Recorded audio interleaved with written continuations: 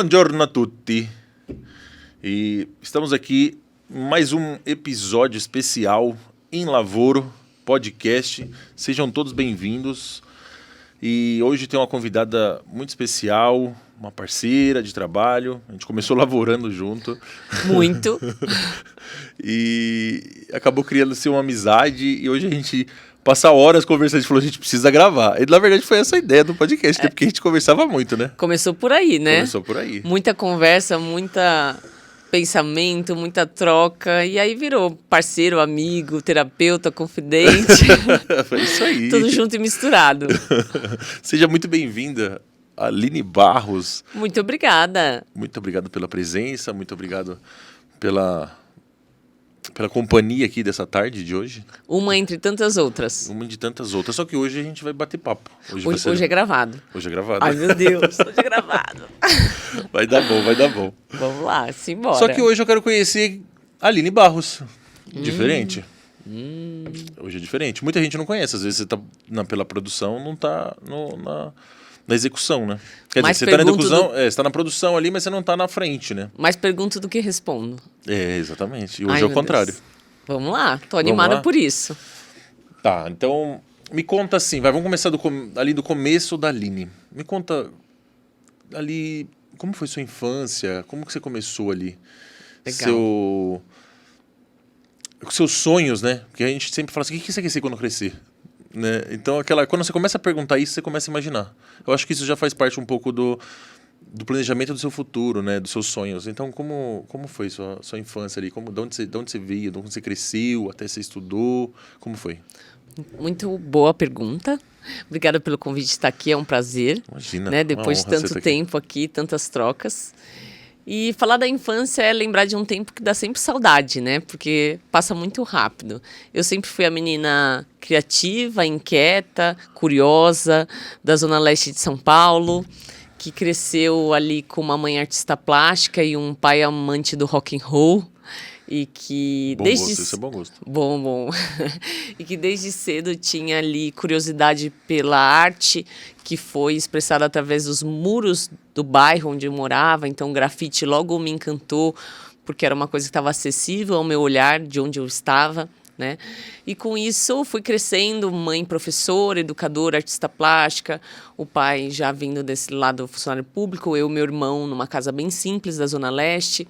E lá a gente conseguiu crescer e ter uma infância rica, mesmo num lugar de bastante pobreza, desenvolvendo a própria imaginação.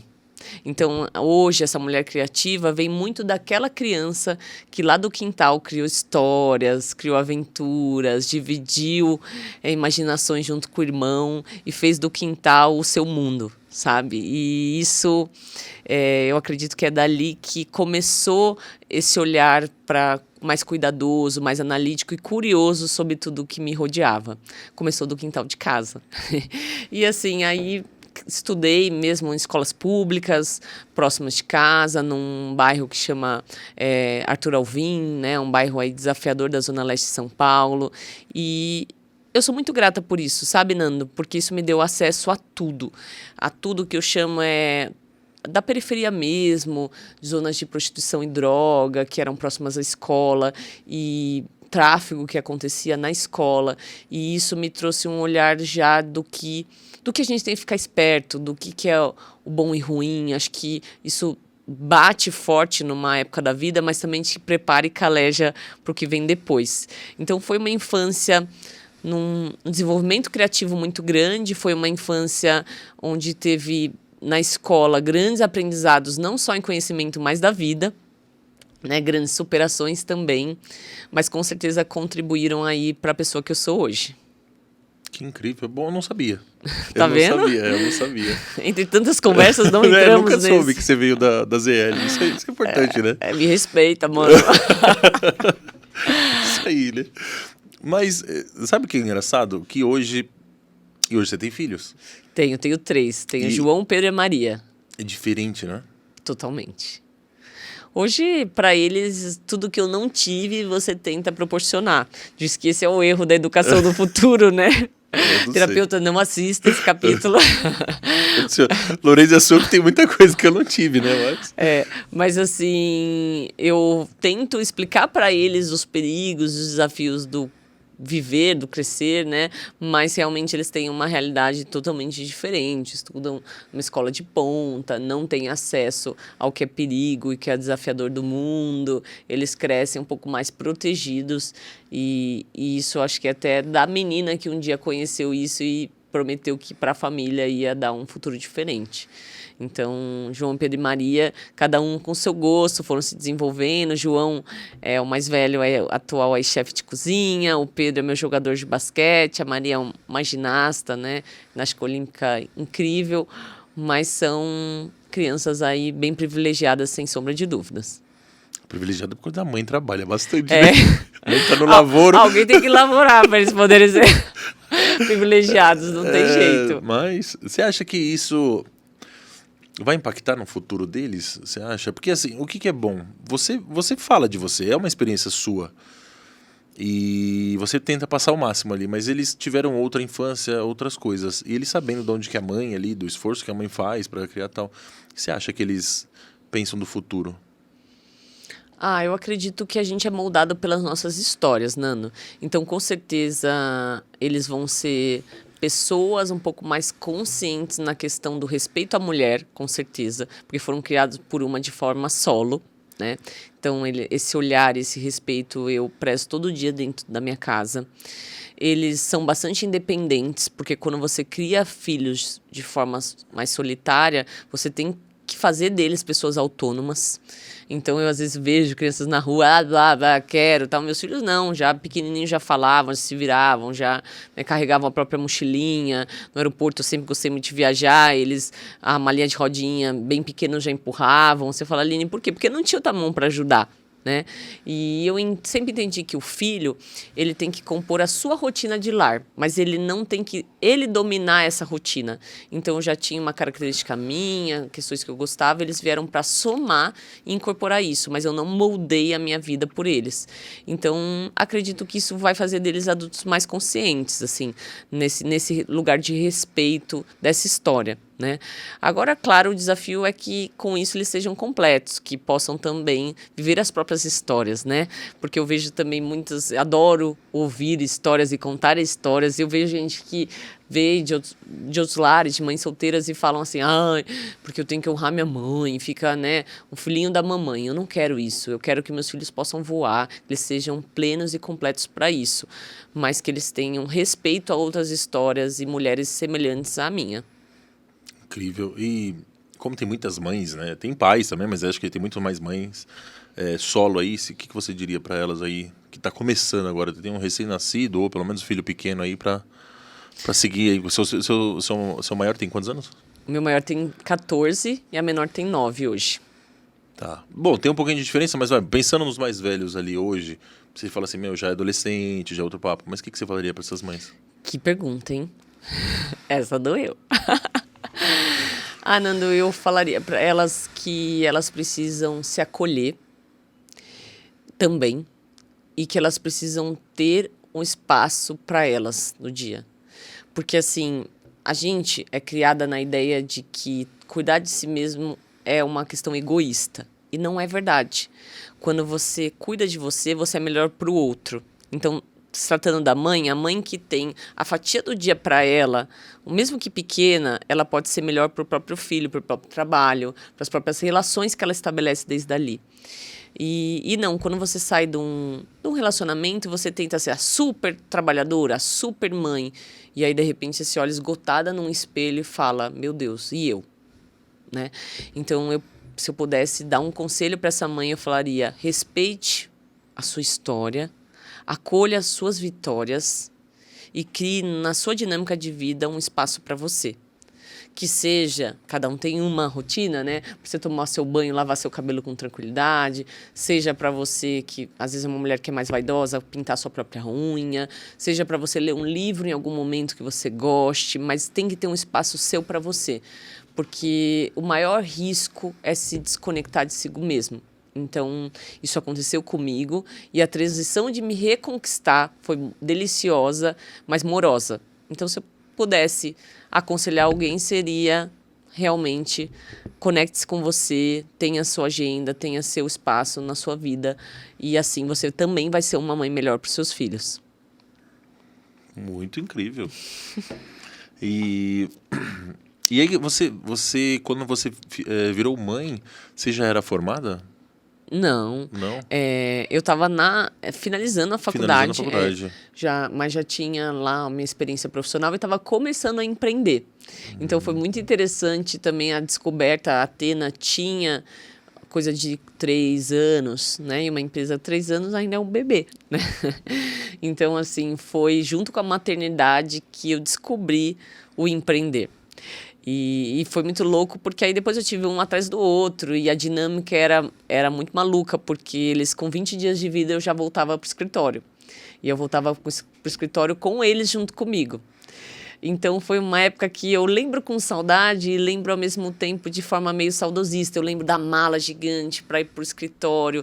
Eu lembro das reuniões que, de repente, no meio da reunião começava um berra-berra e eu pedia para o parceiro dar uma pausa e eu amamentava enquanto conversava com ele, né? Eu lembro dos trânsitos para voltar para casa e o bebê berrando e eu tentando cantarolar uma canção para acalmar e, de repente, a roupa vazada de leite, né? O cheiro constante do gorfo do bebê e você sempre aquele azedinho, nada gostoso.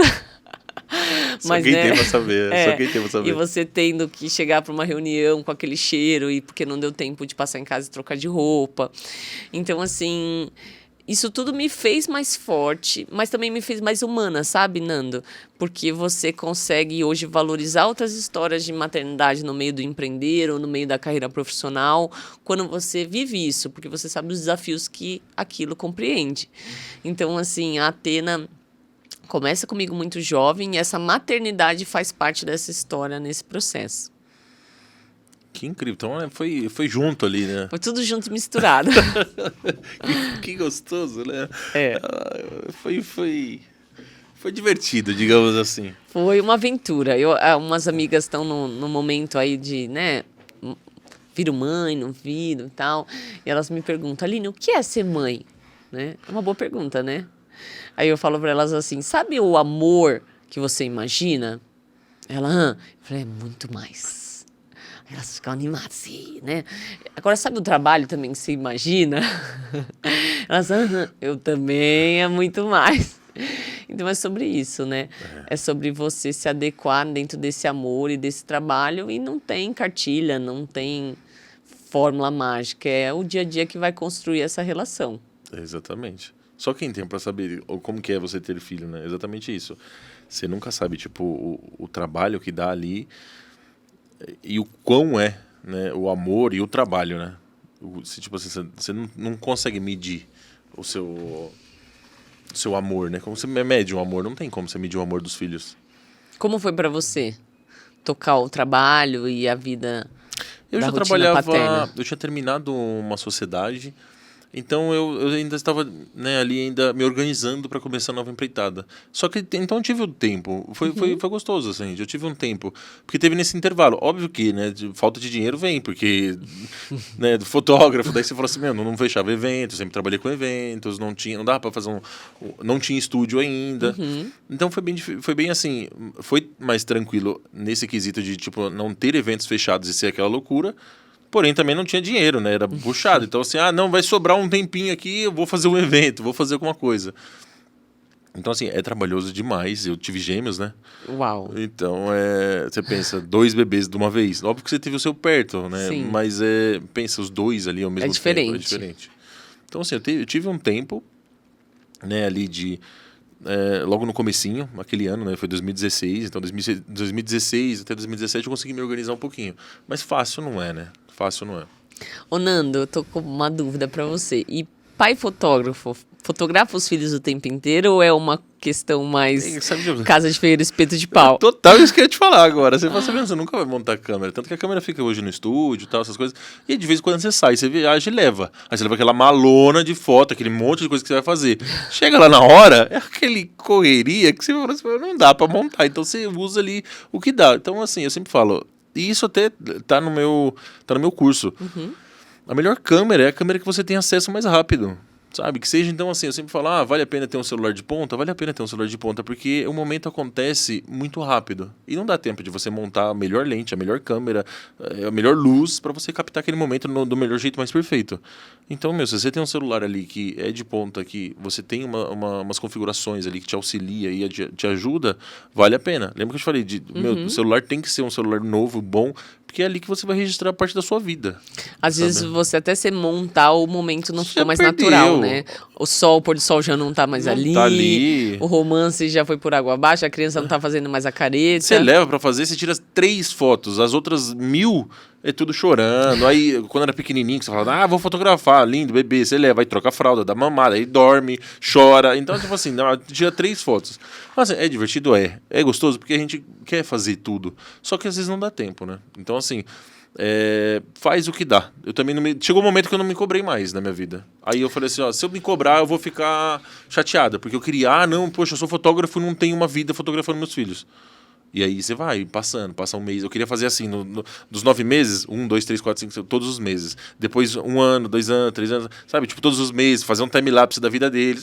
Rolou nada, né? Não rola. Ô, Nando, mas sabe que com isso você falou, eu queria completar a sua pergunta sobre que conselho eu daria para outras mães, né? Você me falou isso e me trouxe uma memória.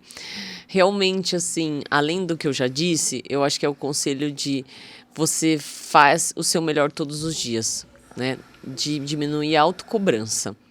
Porque a mãe e o pai que tem ali, né, a questão de vivenciar a vida com a família, mas também tem o trabalho, tem a ele próprio, a ela mesma para gerenciar, ela sente muito culpa. Então, pensando ali naquela sua pergunta, eu também diminuí a autocobrança e falei, a certeza no coração, o que eu entreguei hoje, eu entreguei o melhor que eu podia. Né? Diminuir esse lugar faz um bem muito grande para essa mãe, para esse pai. Viu aí? Notou? Me nota disso aí. Anota. Aqui, ó, 3. Tem bastante experiência aqui. O laburo começou cedo, né? Exatamente. Mas duplas jornadas. E aí você começou, então, na faculdade, depois da faculdade, já com criança pequena, aquele trabalho maternal, né? De criança, e aí você começou a Athena. A história é assim. Na verdade, é um pouquinho antes. Eu começo me apaixonando por moda. Depois dessa menina que gostou do grafite, tudo que foi arte, cultura, me interessava. Então, eu comecei a me envolver com dança, me envolver com moda. Fiz um curso de produção de moda. Achei muito bacana esse universo. E tive aí uma oportunidade do que a gente chamava na época de modelar. Então, trabalhei como modelo fotográfica de alguns jobs, quando não exigia muita altura, né? Que faltou passar nessa fila. Desfiles. E, com isso, conheci todo esse universo. Com a modelagem, eu comecei a descobrir o que tinha por trás daquilo. Então, se ia gravar um filme publicitário, eu adorei os movimentos que faziam de superproduções, e foi aí que eu comecei a conhecer a área de produção, tanto de eventos quanto de filmagens. E, através disso, nesse momento, tive alguns convites, ainda assim como modelo. Aos 18 anos, que eu estava ali começando a faculdade, eu tive uma questão de saúde, que era uma doença autoimune, chamada lúpus. E aí, nessa doença autoimune, eu precisei tomar um remédio que chama corticoide. E esse remédio, ele incha muito o seu rosto. Então, não tinha mais como modelar, porque o rosto ficou desconfigurado. E aí, nisso, uma das produtoras que eu já conhecia meu trabalho, falou, Aline, vem trabalhar com produção junto comigo. Então, aí, aos 18 anos, eu começo nos eventos e começo a auxiliar toda essa parte de produção, pré-produção, né, dos profissionais que fazem as coisas acontecerem. E nisso eu estava começando a faculdade, eu já atendia grandes eventos. Então, foi uma coisa assim que em Lavoro veio antes, né, dos estudos, no meu caso. Bem antes, né? A primeira trabalho como modelo eu tinha 12 anos. Né? Então, começou cedo. Comecei bem cedo. E aí, com isso, o mercado de eventos se abriu, eu tive uma oportunidade de trabalhar numa agência, e aí era um job paralelo à universidade. E aí, nessa questão toda da agência, a gente aprendeu, né, diversas questões juntos. É uma oportunidade incrível que eu tive de me desenvolver, atender grandes contas. E aí eu já assumo o campo de coordenação e planejamento dessa agência e começo a criar aí o que a gente chama de eventos e ações promocionais pelo Brasil. Então, quando na faculdade, sei lá, com uns 20 anos, que a faculdade estava no meio, eu já rodava o Brasil, realizando essas ações e aí aplicando e coordenando aquilo que eu planejava. Então você começou cedo, então quer dizer, o seu estágio já começou antes mesmo da faculdade. Antes da faculdade. E aí, logo, como uma boa virginiana, workaholic, eu comecei a ter oportunidades aí, abracei todas e rapidinho eu já estava na coordenação dos projetos. Isso muito cedo. Né? Então, na faculdade, eu lembro que era muito mais pelo título e algumas questões mais teóricas que, junto com a prática, elas se fizeram muito importantes, mas não foi ali que eu comecei. Eu comecei, na verdade, com a oportunidade de modelar mesmo e todo esse universo que isso me trouxe. E quando que você viu essa oportunidade assim no mercado? Como que você falou assim, eu vou crescer aqui nessa área, eu gostei, tô gostando?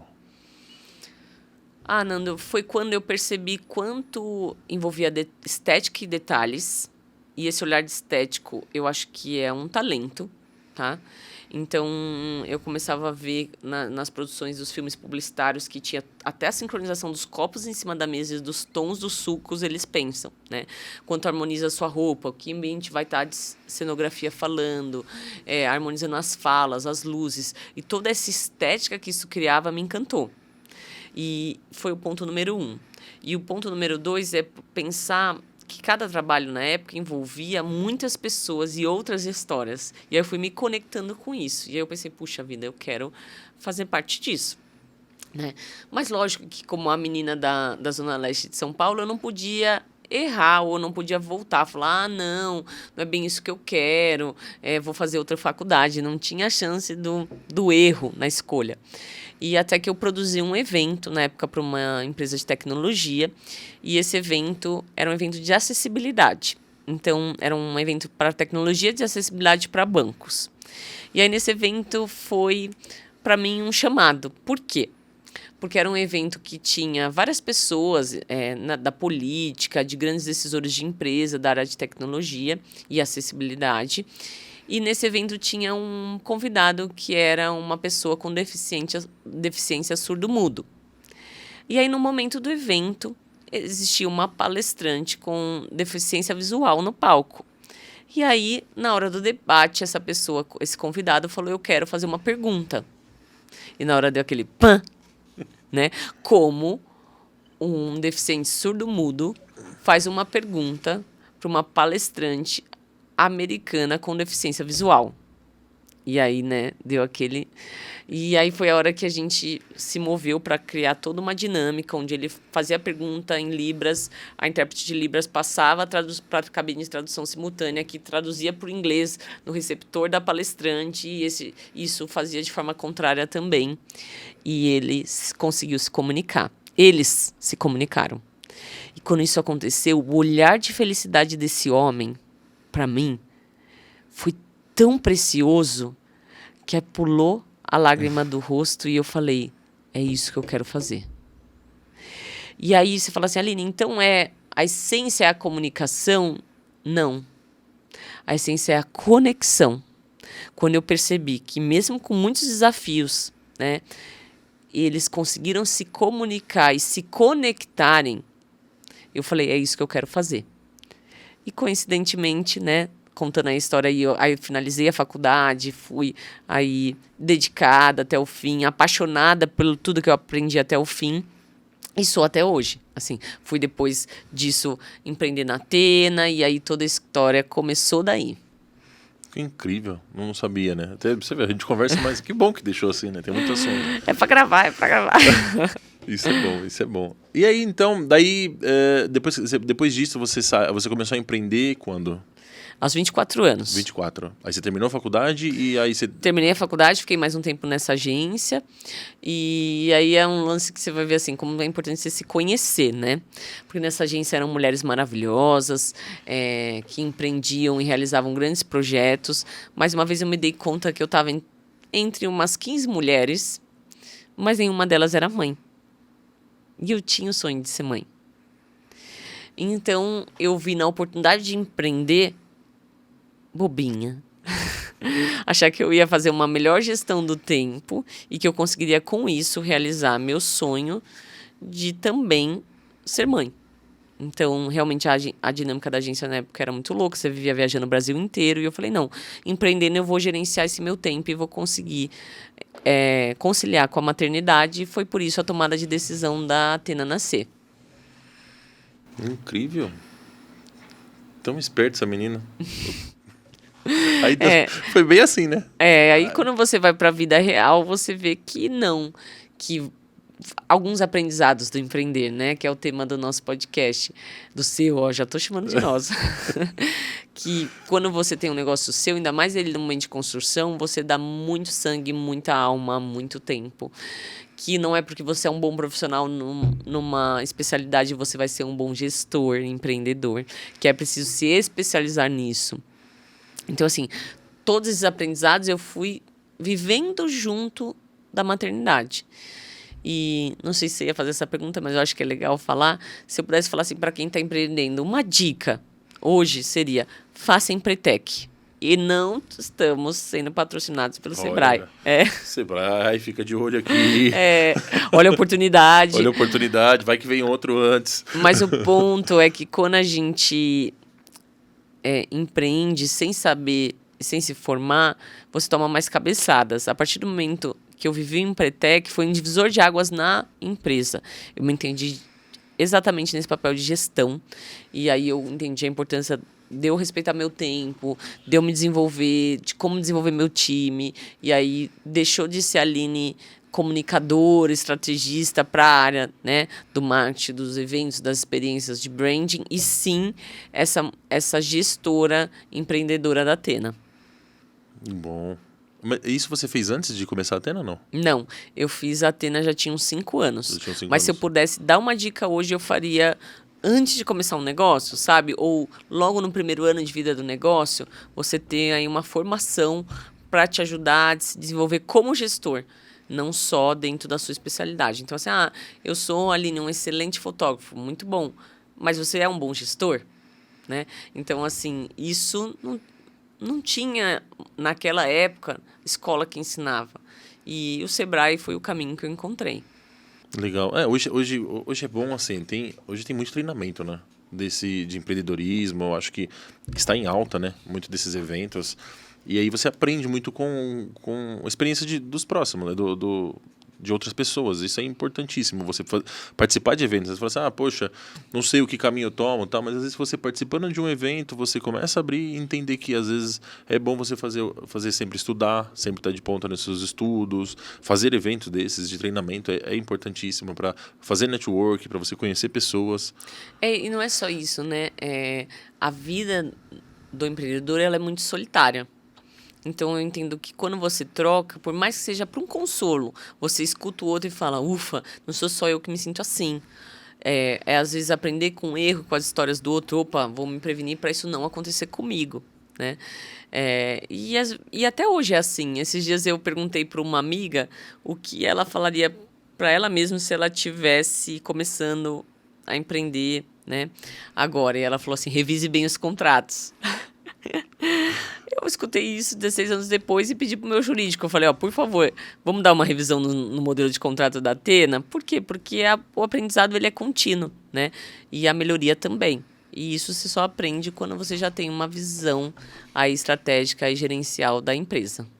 Isso é importante, que sempre, por isso que eu falo, quando você faz o network exatamente com outros empreendedores, esse foi um pouco da ideia do podcast, dividir experiências, né? Porque nunca ninguém sabe. Você fala assim, poxa, eu sempre trabalhei. E se você tá no time, mas você não está empreendendo, você não está ali em cima, você não imagina o que pode vir. E aí, quando você divide experiências, as pessoas não têm noção do que pode aprender daquela experiência do outro. Você fala assim, poxa, eu não tenho. Porque é difícil. Você fala assim, poxa, muita gente, quando você se forma na faculdade e tal, algumas pessoas vão empreender, outras pessoas não vão empreender naquele momento. E você fica perdido, né? Uhum. Se você não tem, às vezes, um pai, um irmão que já está na empreiteira, ou se você não tem alguém próximo, você vai aprender na raça. E aí custa caro, né? E não é uma cartilha, né, Nando? É a história de cada um. Então, como se constrói um processo se você não entende de empresa? Você precisa começar para você poder mapear e falar, não, a partir daqui eu vou desenhar um processo. Como, né, você cria regras se você nunca viveu aquilo. Então, tudo isso é uma construção. Entender e se divertir no processo também faz parte. E isso é uma coisa que você descobre em lavoro. Não tem muito, aí eu já, né, colocando dentro do discurso, mas não tem muito fórmula mágica. Você tem que trabalhar. Tem uma frase que eu gosto de Joel J, que ele fala assim, o trabalho devolve. E ele usa isso bastante. E esses dias eu me peguei pensando sobre o que ele fala. É verdade, né? Não tem algo que te devolva mais do que o seu esforço, a sua dedicação, a sua crença, mas tem que persistir, tem que viver, tem que experimentar. E isso é só trabalhando mesmo. É isso aí, em lavoro. Em lavoro. E com o tempo, você foi se apaixonando por experiências. Você se apaixonou por aquela experiência, né, de conexão, mas naquele momento que você começa a se descobrir que você fala assim, realmente o que eu amo é a experiência. E como que você busca essa criatividade de trazer sempre uma experiência para o cliente? Excelente pergunta. Eu entendi que até para isso existe um processo. Então, nessa busca, antes de mais nada, você tem que entender quem é esse cliente. Porque o que é uma boa experiência para mim pode não ser para você, pode não ser para o seu cliente, pode não ser para o meu cliente. Então, toda etapa criativa antes passa pelo processo de entender quem é esse cliente. Depois, entender o que é uma boa experiência para ele.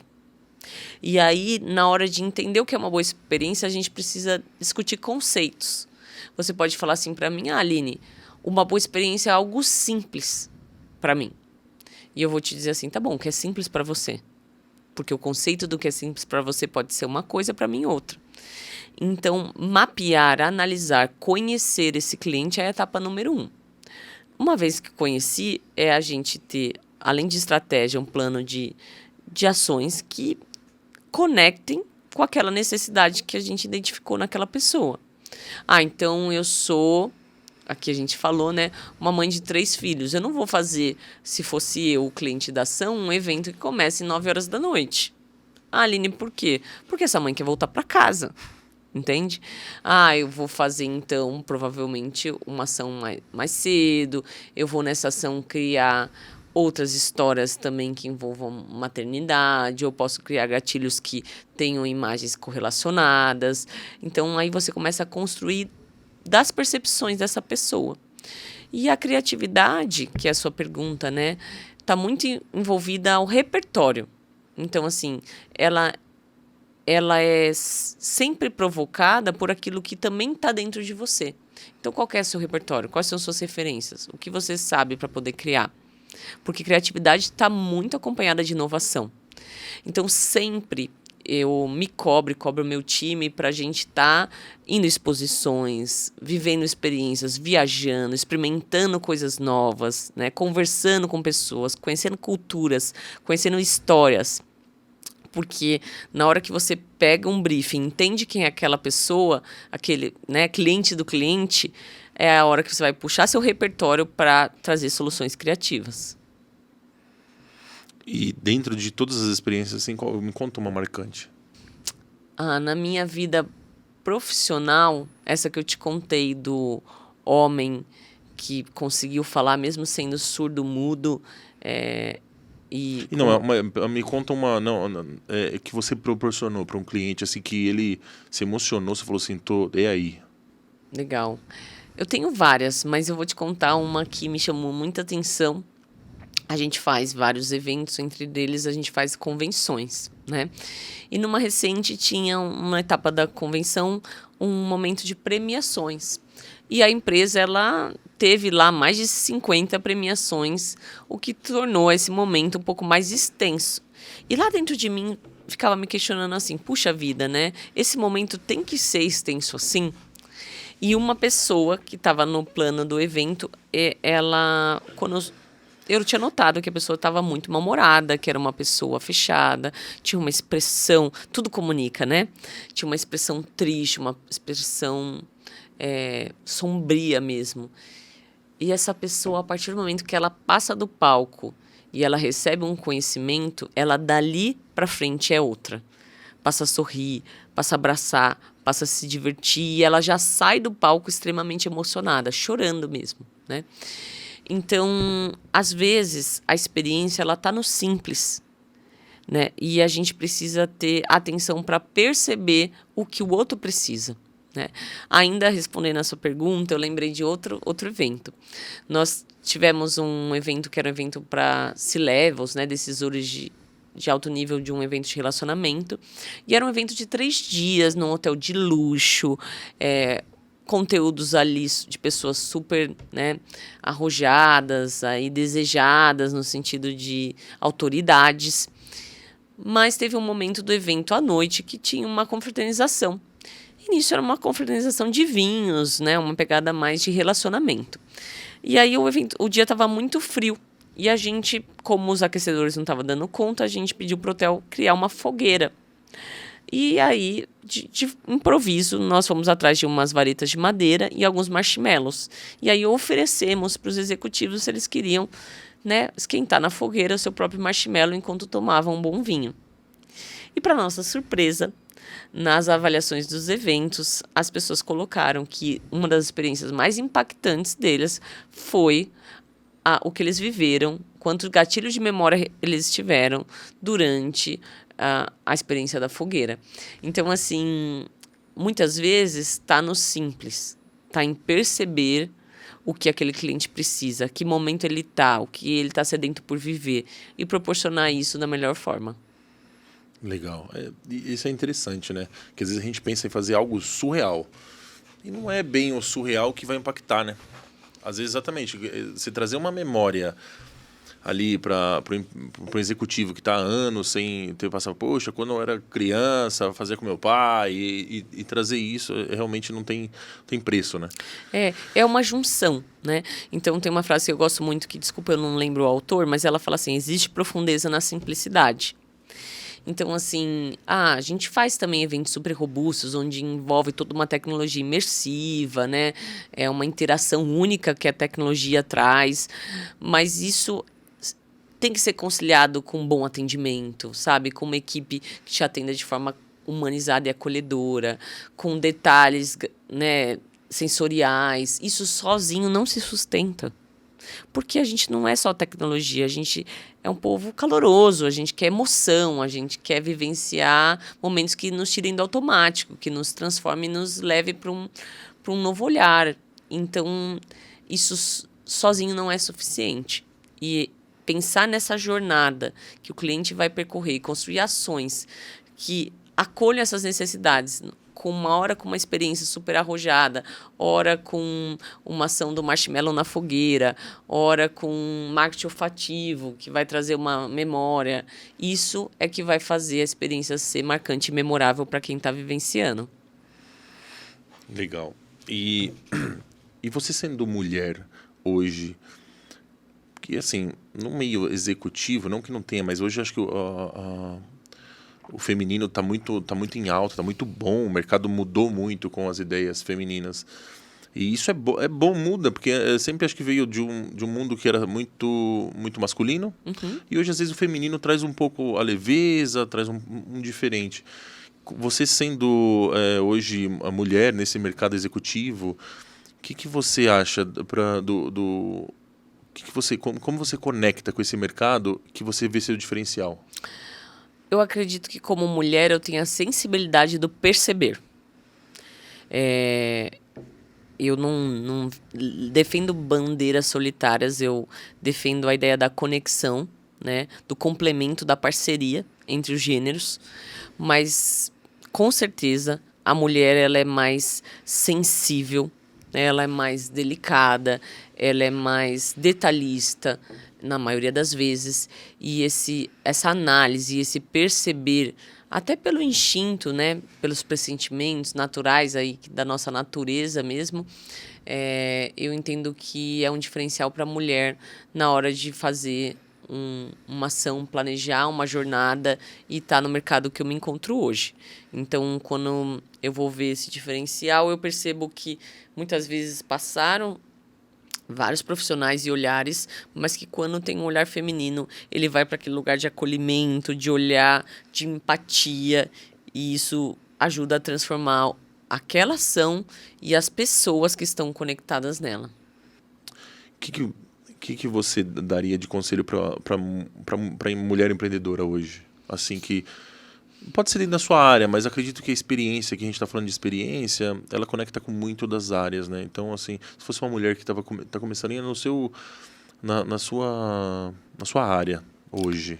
Porque hoje você, além da comunicação, você está como executiva, você tem a sua agência, então você está empreendendo, gestão de pessoas, né? O que você daria para a pessoa ali? Como que é? Eu acredito que eu falaria para ela se conectar a outras mulheres, né? Porque realmente você tem razão. Tá mudando. Hoje existe muito apoio a esse lugar, né? Uma construção de parceria, início de valorização dessas comunidades, né? E eu acho que é difícil, tendo ou não isso, tá? Ainda tem muitas questões a desbravar. Você né? faz uma corrida, não faz? Sim, Acho que você fez, né? Fiz a corrida do batom, que era uma corrida própria para as mulheres. A gente teve aí 5.000 mulheres inscritas, né? Marketing esportivo não é meu principal posicionamento, mas era o ano que a Atene ia fazer 15 anos e eu queria devolver para a cidade uma ação para mulheres em forma de agradecimento. E foi, assim, incrível. Né? É um projeto aí do Silvio Cipriano, que é um parceirão, mas me chamou para fazer parte do planejamento e a gente estudou toda essa jornada e ver 5.000 mulheres se envolvendo numa ação ali, tendo um momento delas para elas, que foi o conselho que eu dei, né? Se divertindo, se conectando a outras mulheres, foi realmente o melhor presente. Achei que eu estava ajudando a devolver para a cidade e foi, no final, um presente que eu tive para mim. Então, isso aí é uma questão desse lugar do feminino, do sentir, do analisar, do perceber, para daí movimentar. Então, esse eu acredito que é o principal diferencial desse olhar. Legal. E sobre experiências ainda ali para a gente... o que você acha do futuro, né? Assim, o futuro das experiências, porque agora vem uma inteligência artificial que vai estar mudando muito o mercado, vem muitas experiências diferentes do que a gente já viveu, né? Eu acho que o maior desafio do futuro das experiências é saber equilibrar tecnologia com humanização. Porque, assim, todos nós queremos ter acesso ao novo, vivenciar, né, novas oportunidades, e a tecnologia vem aí numa velocidade inquestionável para fazer isso acontecer. Mas ela por si só ela é solitária. Então, como a gente vai fazer a gente vai fazer essa transformação com humanização é o grande desafio.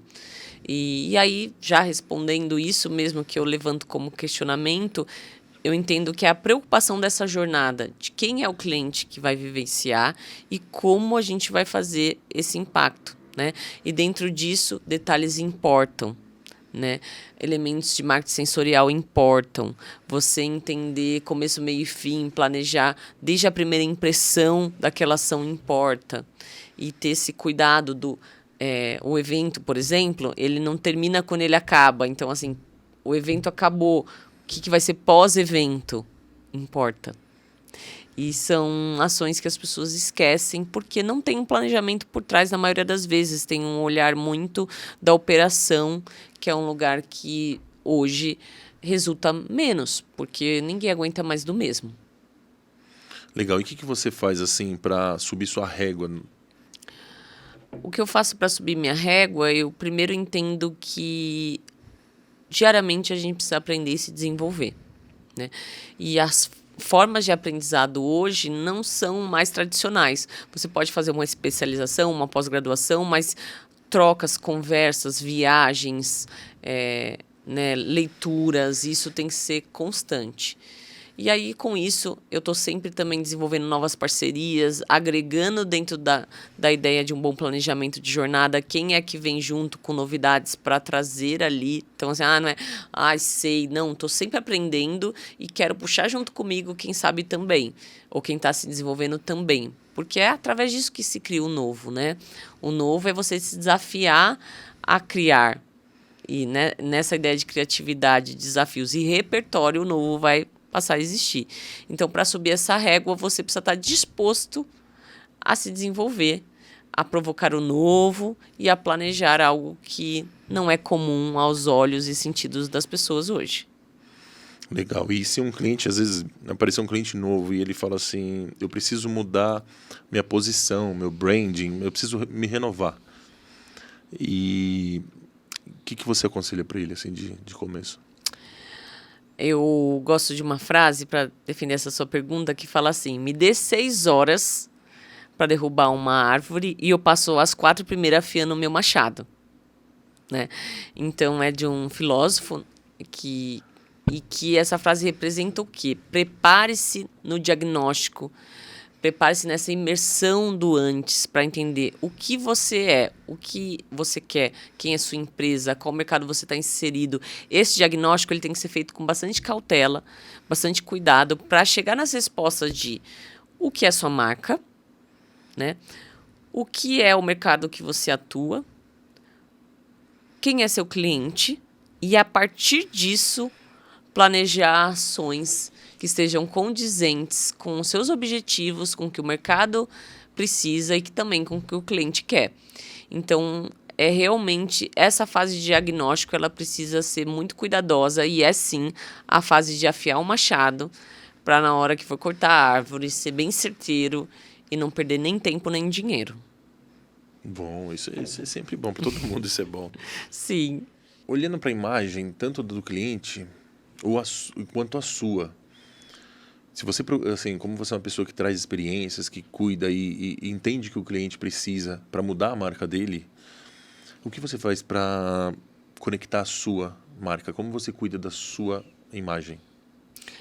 Eu tô num processo de aprendizado, né? Porque por muito tempo eu vinculei entendendo que eu tinha que cuidar da imagem da Athena. E aí vem o mercado mais uma vez falando: não é por aí. Você tem que cuidar da Athena, mas você tem que cuidar da sua. E nesse processo eu tô aprendendo, Nando, te confesso. Então eu tenho me cobrado gerar mais conteúdos, tenho me cobrado expor mais meus bastidores, minha rotina, escrever mais, para poder levar para o mercado como eu penso, o que eu faço, o que eu acredito e, consequentemente, o que a Athena também faz, pensa e acredita, né? Porque a empresa ela acaba virando um filho nosso. Então é importante a gente entender que esse filho ele vai ter uma personalidade dele, ele vai ter um tom de voz dele, ele vai ter um arquétipo, ele vai ter, né, como todo filho, você tem 2, cada um é de um jeito. Entender isso da Athena, entender que você também tem a sua e dentro disso como vai comunicar isso para o mercado. Então nesse processo ele é fascinante, porque é uma questão de autoconhecimento, é quase terapêutico. Mas Não é a primeira vez que eu escuto isso aqui. Pois é, mas ele também é contínuo, sabe? E aí acaba sempre te trazendo novas oportunidades, novos olhares, novos clientes. Então, vai sempre retroalimentando essa questão de aprendizado. O desafio é que você está empreendendo, você está entregando projetos e você ainda tem que cuidar do seu marketing, da sua imagem, do seu branding. E equilibrar, olha o equilíbrio mais uma vez, né? Tudo isso é um super desafio. Mas é o desafio que motiva meus dias e que tem aí feito a Athena crescer, aí indo para quase seu 16º ano de vida. Que legal. É incrível como mudou. E antigamente a gente falava assim, a gente precisa criar uma empresa, aquele perfil tão comercial, né, tão corporativo. E hoje é tão humanizado que se não tiver um humano ali atrás daquela empresa, ninguém gosta daquela empresa. Não. É incrível, eu senti isso porque minha marca sempre começou como Nando Federici. E no começo existia 1001 produções. Não sei o que, produções, que fazia foto e vídeo e tal, era produções. Então as produções sempre são maiores do que quem é Nando Federici, um fotógrafo. E acabou virando tudo, e todo mundo saiu da produção para entrar no nome de alguém daquele estúdio, daquela fotografia, por dizer quem era o artista, quem era o fotógrafo que estava ali. Então o humano por trás da marca é tão importante quanto, né? Total. Na verdade, é clichê, mas é necessário dizer que pessoas compram de pessoas. Então, isso é para uma pequena empresa e para uma grande empresa.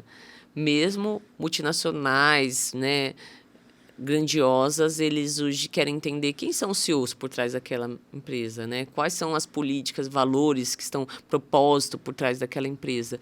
E isso, a gente está falando da conexão de pessoas com pessoas.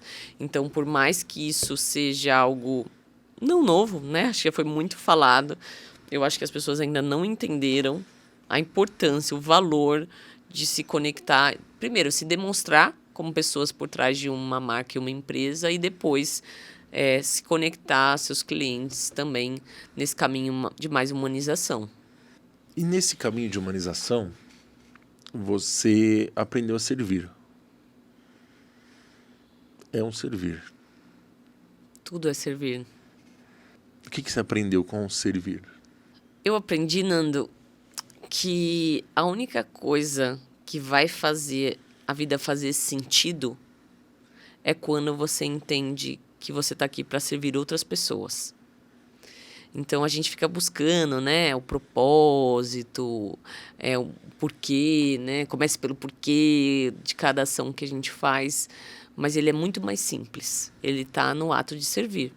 E cada um serve à sua maneira, né? Você pode estar servindo o sonho de alguém através de um registro que seja eternizado num momento que é especial para a pessoa, e eu posso estar servindo, criando uma jornada para que as pessoas que vão fazer parte daquilo sejam impactadas. Cada um vai servir à sua maneira, mas sempre a gente está falando no servir e no servir para pessoas. Então, dentro desse processo, eu aprendi que o mais importante é ter uma empatia genuína, se preocupar genuinamente quem são essas pessoas, querer de fato ajudá-las, entendê-las, conhecê-las, porque hoje tem muito fake, né? O mundo está muito fake, assim, se fala muito, mas em ações pouco se vê. Então, é aquela história, né? O que você faz, suas atitudes falam tão alto que eu não consigo ouvir o que você diz. Precisa hoje ter autenticidade sobre o que você fala e sobre o que você faz. E no ato de servir também. É ter a preocupação genuína em servir, né? E aí, dentro disso, não tem fórmula mágica. É você realmente conhecer quem você quer servir, o que é importante para aquela pessoa, né? Igual, falo pra caramba, você pôs um copo de água aqui na minha frente, porque você sabe que eu vou beber, né? Porque a gente vai precisar. Isso é um detalhe, mas é um detalhe cuidadoso de servir, né? Você vai, de repente, fazer um trabalho especial de um evento, ver uma cliente gestante, você ter o cuidado com aquela pessoa, né? Tudo isso está envolvendo o servir. Mas o que vai fazer, na minha opinião, o servir ser especial é você ter, antes de mais nada, uma empatia por aquele ser humano. Se colocar no lugar e tratar como gostaria de ser tratado. Legal. Muito bom, muito bom. E o que te inspira a ser essa pessoa de genuína, em servir, em se doar? Essa pergunta é boa, hein? O que me inspira? Eu acho que a inspiração número 1 é pensar que eu tenho um legado que são meus filhos. E que na educação deles, a maior educação é o exemplo. Então eu quero que eles me vejam e falem, putz, a minha mãe é uma referência de exemplo para mim. E que eles consigam, de alguma forma, pegar o que eu tenho de bom, porque tem coisa ruim pra caramba também, e dentro do que for bom, poder seguir como um exemplo de vida para eles. Então, eles são... Quando você tem um filho, você fala assim, nossa, hoje eu tenho um porquê de um amanhã. Eu tenho um porquê, né, prosperar. Eu tenho um porquê fazer acontecer. Então, eles são minha inspiração número 1, com certeza.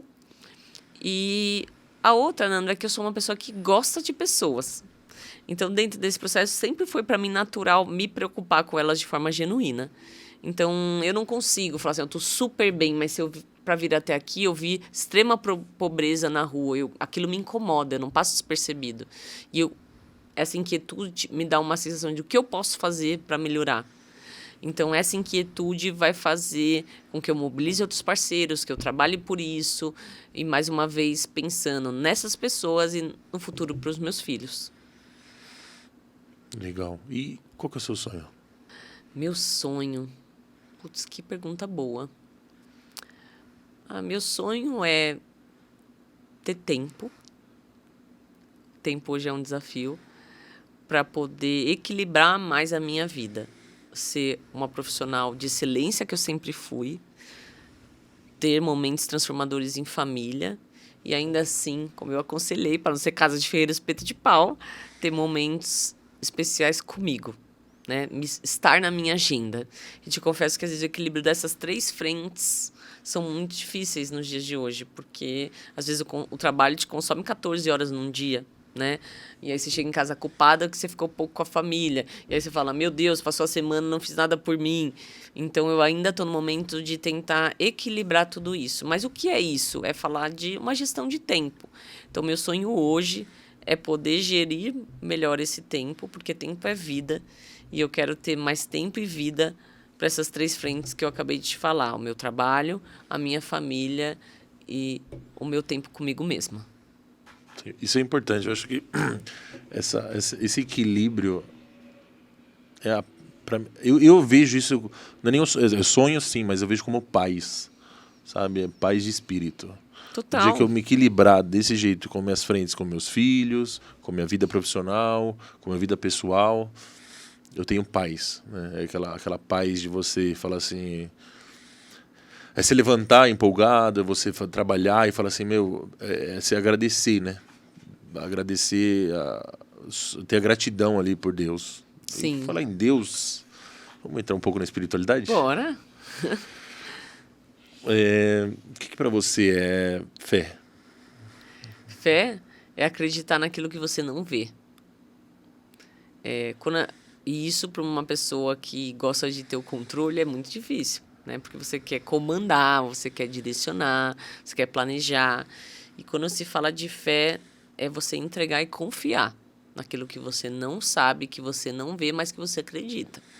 Então, fé para mim é isso. E Deus? Deus, putz, vou te falar que Deus não deve estar me aguentando mais. Para mim, Deus é meu melhor amigo. Eu não tenho uma relação de servidão com Deus, eu tenho uma relação de proximidade. Então, eu converso com Ele o tempo inteiro. Eu canto, falo, oh, Deus, essa música, eu vou cantar para você. Eu canto para Ele, eu pergunto para Ele as coisas o tempo inteiro. A gente interage, né? E aquela mão invisível, mas sempre presente, né? Então, Deus, para mim, é o meu melhor amigo, é alguém que está presente ao longo do meu dia, mas também é aquele amigo invisível que está sempre mandando sinais. Então, às vezes eu tô assim, num dia mais desanimado, sei lá, que todos nós temos, aí sai de casa, você vê aquela flor, aquela orquídea numa árvore, com aquela cor única, assim, que você fala, uau, Deus está aqui. Deus está no detalhe, né, daqui. Aí você tá pedindo uma palavra, um consolo, te param na rua e dão a resposta daquilo que você pediu em oração, né? Então, é sim você ter a fé naquilo que você não vê, mas você tá atento aos sinais, porque esse amigo, ele vai te mandar os sinais daquilo que você precisa. A questão é se você tá atento ou não. Então, Deus, para mim, é meu melhor amigo, é a pessoa que acompanha a minha vida, é quem me confiou 3 vidas incríveis, é quem me confiou uma missão de poder aí comunicar e criar experiências para outras pessoas que também são seus filhos. Então, Deus, para mim, está nesse lugar de parceiro mesmo. E o que você acha do seu propósito? Tem a ver com Deus? Tem a ver com sua missão?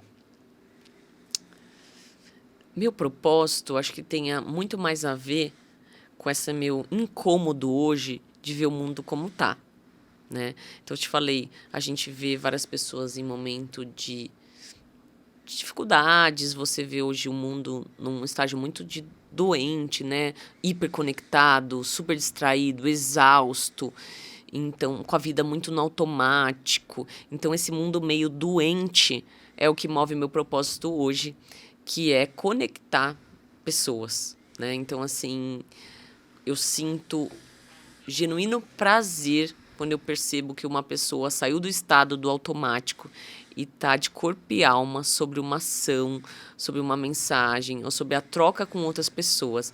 E isso é um combustível que me alimenta e meu coração pulsa. Eu falo, é por aqui, eu quero mais. E isso vai sendo aí um impulsionador para outros planejamentos, outras ações e por aí por diante.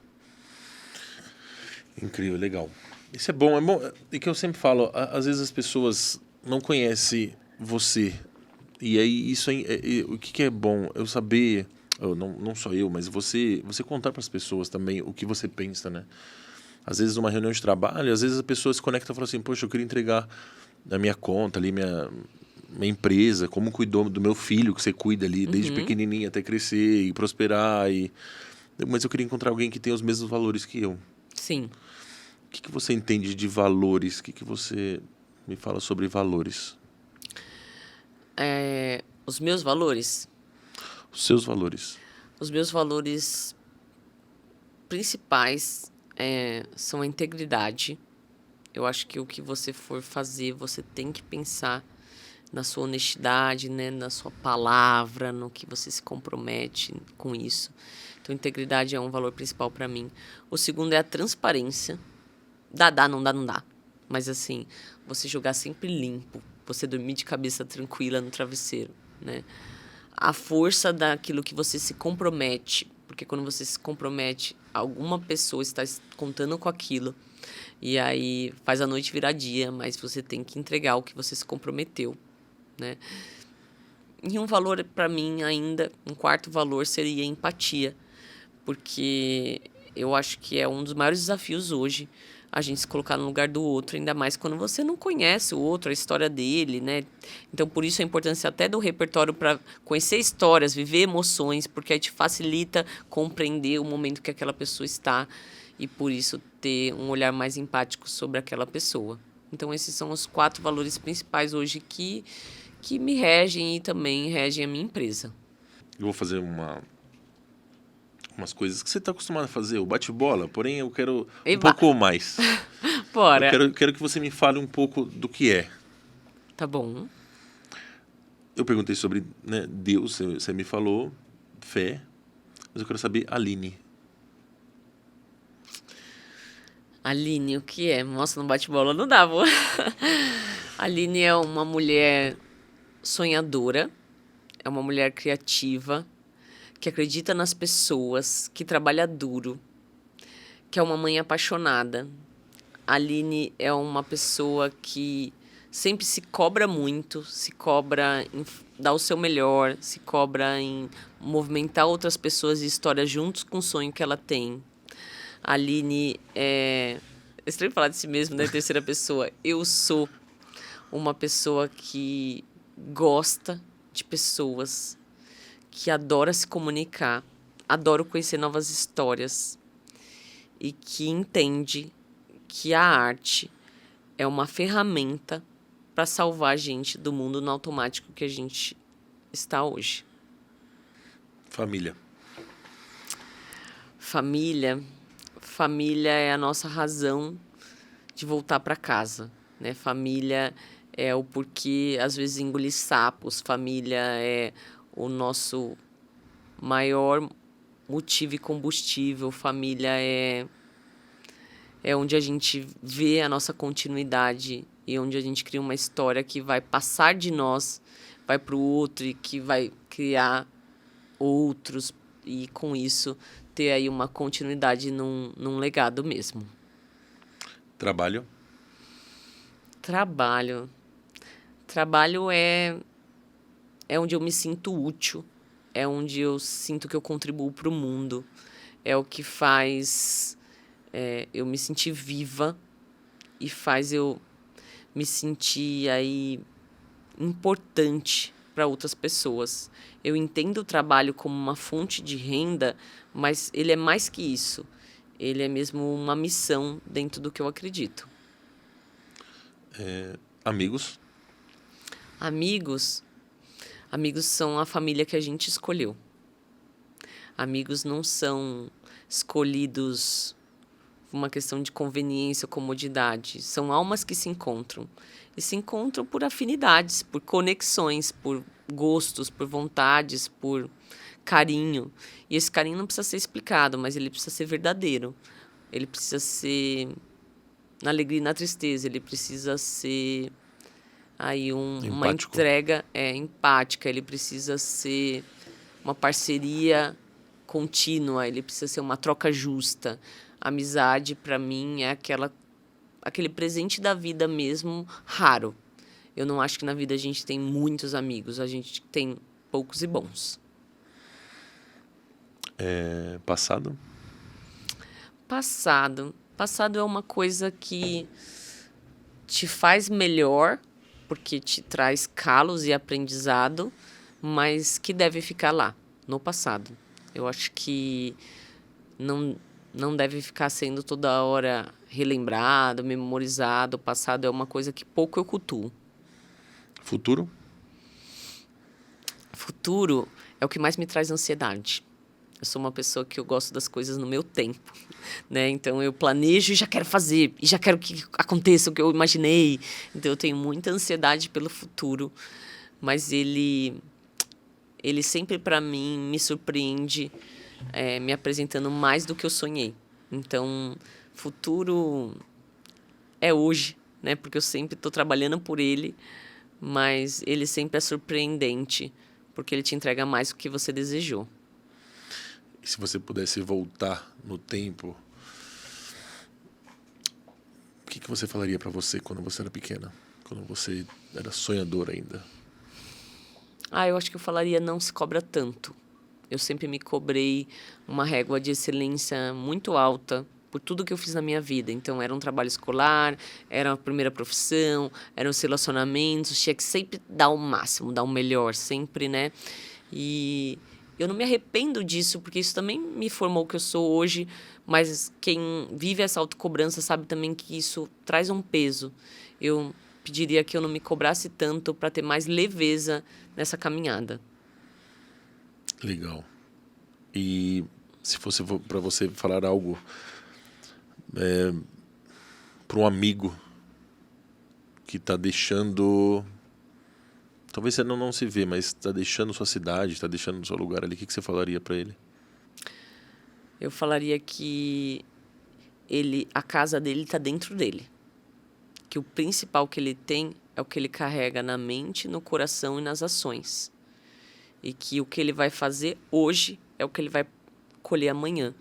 Então, para ele cuidar dessa casa, que é o templo dele, que é o corpo físico, espiritual e mental, e plantar boas sementes hoje, de onde ele estiver, para colher um bom futuro no amanhã.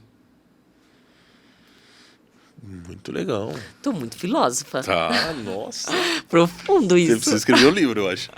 Uau, planos, quem sabe, quem Quem sabe. sabe, a mentoria chega. É isso aí. Mas assim, algumas perguntas eu tenho, que eu fiz, eu tenho. Eu acho que assim, a gente pode fazer um dia uma parte 2. Mas assim, eu gostei bastante do nosso bate-papo aqui. Você queria colocar alguma coisa que você sente? Eu tive um depoimento aqui de um médico que foi bem interessante. Ele falando, foi bem terapêutico falar isso. E ele me contou alguma coisa assim, uma experiência da vida dele que ele teve com Deus ali. E foi bem, ele falou assim, foi bem terapêutico. E Eu acho que a vida, Deus, as energias, né?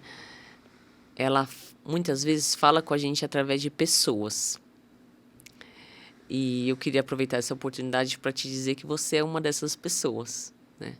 Você sempre teve a porta aberta da sua vida para mim, para os meus projetos, para os meus sonhos, para as minhas ideias malucas.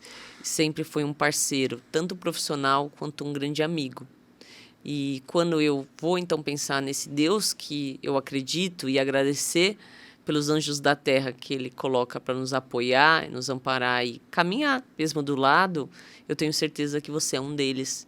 E eu queria te agradecer por isso. Muito obrigado. Sempre tá ali, né? Muito e legal. assim, só quem busca e vê o outro ali de forma espontânea, de forma, né, amorosa, sabe o valor que isso tem. Então, eu queria te dizer que você tem muito valor para mim, que eu sei quanto o seu enlavoro, né, representa para você, quanto que o nome Nando Federici é um Federici, italiano. Nando Federici, tem que ser valorizado mesmo, porque você é uma pessoa integralmente do bem. Além de ser um profissional exemplar, um empresário, né, foda, você é uma pessoa do bem. Então, é isso que eu tenho vontade de dizer. Queria te agradecer Muito a obrigado, oportunidade muito de estar obrigado aqui. pelas palavras. A oportunidade de trocar um pouquinho da minha história e de fazer mais um capítulo do seu episódio da sua vida junto com você. Muito obrigado, eu que agradeço, estou honrado. Obrigado pelas palavras, né, calorosas e emocionantes. Muito obrigado, obrigado pela participação, obrigado por ajudar a construir esse projeto, esse sonho, né? Tamo Nem junto. eu sei aonde vai parar tudo isso, mas essa ideia da gente soltar um pouco da gente, né, do que como pessoas, e é muito incrível. Muito obrigado pela sua história, por você dividir seus conhecimentos, dividir suas experiências e seus anseios, né, que não é fácil, não é fácil empreender nesse mundo. Não. Muito obrigado, obrigado por estar aqui. Imagina, tamo junto. O que precisar, Obrigado. conta comigo. Valeu. Aí. Bom, é isso, pessoal. Obrigado mais uma vez. Não estou acostumado a fazer o fechamento. A Lili me cobrou porque eu cobro ela. Faço podcast. Faz um podcast dela, então vou fazer o fechamento. Muito obrigado mais uma vez para todos que assistiram, acompanharam até aqui. Se você está curtindo, comenta nos comentários aí, fala o que está achando, porque eu realmente não sei como que se faz, não é da minha profissão, né? Fotografia, eu estou sempre atrás da câmera, nunca estou na frente. Mas então, se gostou alguma coisa, compartilha e segue pra gente dividir mais conhecimentos. É isso aí. Valeu. Depois aqui também vai ter na legenda vai ter todos os contatos da Aline. Aí Atena, é bom. isso é bom, Muito bom. Contem comigo. É isso aí, obrigado, pessoal. Valeu.